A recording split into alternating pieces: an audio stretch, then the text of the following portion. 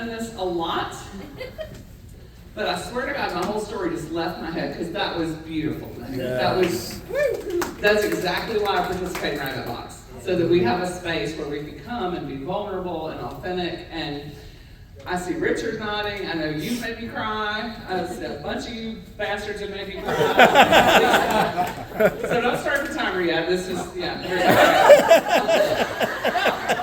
And I once heard a piece of storytelling advice that if you tell a story that includes other people, you have to make sure you are the biggest jerk in the story. So here we go. The cracks in my first marriage were evident from the beginning. On my side, I will admit, I had a really hard time trusting him to do the right thing. On his part, he had a really hard time doing the right thing. And my therapist told me that, so it's true. We loved each other, but we just kept getting in the way of our love. And we tried to be romantic, but it didn't move. Like the way we decided to get married after being together for 4 years, we were sharing a $6 pitcher of margaritas at El Vaquero in Columbus, Georgia. I hope my accent didn't throw y'all. That was El in Columbus, Georgia. When he looked across the greasy table and he said, "Hey, I got accepted to UGA Law School, and I was hoping you would, come along." And I said, I'm going to need a little bit more commitment if I'm going to upend my whole life and go to Athens. And he was like, well, get married? And I said, yeah. And he goes, well, okay, I guess. And I was like, well, cool. And then he goes, it's just like a lifetime special, wasn't it? He's like, oh, wait, so you want a ring? And I said, yeah. And Kristen, I said, surprise me. That was a lie. I spent the next 2 weeks having literal nightmares about what kind of ring this man was going to surprise me with that I was going to have to look at forever. Your mileage may vary on the whole forever thing. But still, I dreamed he gave me a ring pop. I dreamed he gave me a clear one with a fish in it. If anybody's a Jungian therapist, I don't want to hear it. I dreamed he gave me one that was a bead maze, like they have at the doctor's office for little kids to play with, where you do the bead around. And I realized I was maybe a little not as casual about this ring as I thought I was, or as I told him was. So I said, look, our family knows a jeweler, and he will give us stuff at cost. So let's go see Tony. So we did. We got in the car and we went over to see Tony. And I told Tony exactly what I wanted, and he said, absolutely, but it is going to take a couple months because it's a custom order. And I was like, that's cool. And once I had controlled every part of the process, I was able to surrender to the process and leave it up to my beloved. I was like, hey, when the ring's ready, you come pick it up, and then surprise me. So Tony had lied because he had helped thousands of people buy engagement rings, and he knew you needed an element of surprise in there. So it only took like a week to make the ring. So my beloved already had the ring, and I literally was not even thinking about it. But we planned a little weekend, broke-ass getaway to Chattanooga, Tennessee, to go see Rock City, because we classy and all. And I gotta give it to him. He was planning to surprise me with the ring at Lover's Leap in Rock City, and she's got good taste, so just stick with that. She's tacky as hell, but hey, he put some effort into it. But again, we got in our own way.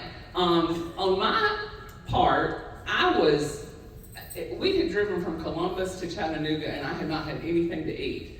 Because he was one of those dudes, as soon as you got in the car, pedal to the metal, we're not going to stop because we've got to make good time. So it was like 3:30 and I hadn't had anything, so I was hangry. And we got to the Motel 6. They left the light on for us. We got to the Motel 6, we unloaded the car, but he needed to get the ring out of the balled up pair of socks that he had hidden it in, and we were sharing a suitcase. So he started coming up with these like side quests to send me on to get me out of the room. But I was angry and not having it. So he was like, hey, why don't you run out of the car and get the map? Because it was 1994. Go get the map. And I was like, we can read the map when we're in the car. Why don't you go get us a bucket of ice? And that way we'll have cold drinks when we get back. I'm not going to read all that when we get back in the car. And so finally he just panicked and was like, I will figure something out. I'll surprise her. So he abandoned getting the ring. We went and had a 4-piece dinner each at the Captain D's in the parking lot of the Motel 6.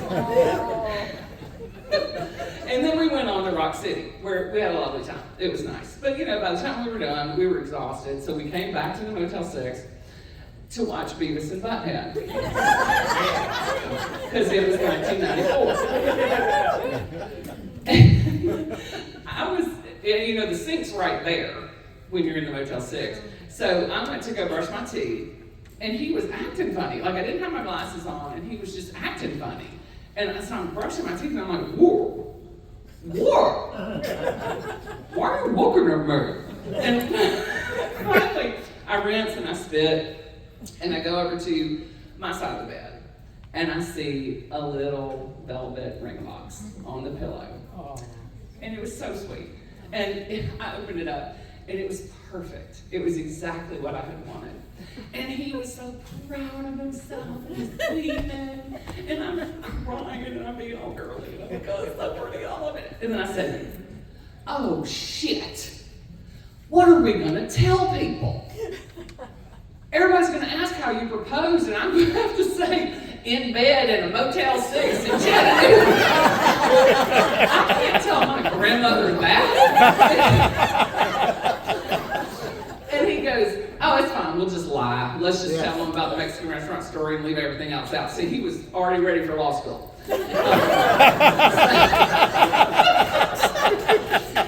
So we agreed to tell a lie, and I kissed my fiance, and I rolled over on my side so that I could look at my pretty ring in the lamplight, and I drifted off to sleep. For a short time. Because have y'all ever farted so loudly you woke yourself up? Raise them high. Because I have. As I was lying there, I thought, oh God, that was me. But then I thought, well, maybe he didn't hear me.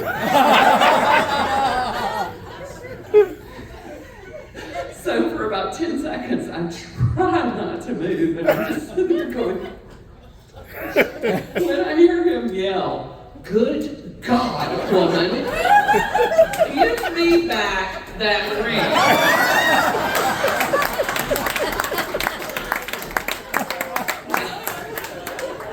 We laughed.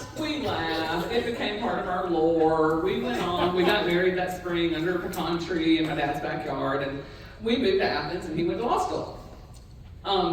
But there's an epilogue to the story.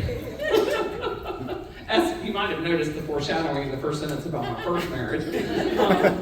I did give him that ring back. I threw it precisely in between his eyes 5 years later when I found out about his pregnant girlfriend. Remember the foreshadowing about I had trouble trusting him and he had trouble doing the right thing? He was consistent. But here's the irony given that whole story I just told you.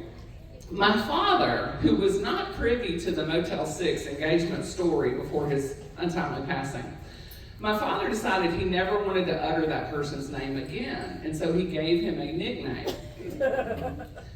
The nickname was Fartbuster. Wow. Which, I mean, a hit dog hollers loudest, you know. I said, where'd you come up with that? And he goes, you know, he was rude and mildly unpleasant, but dissipated quickly.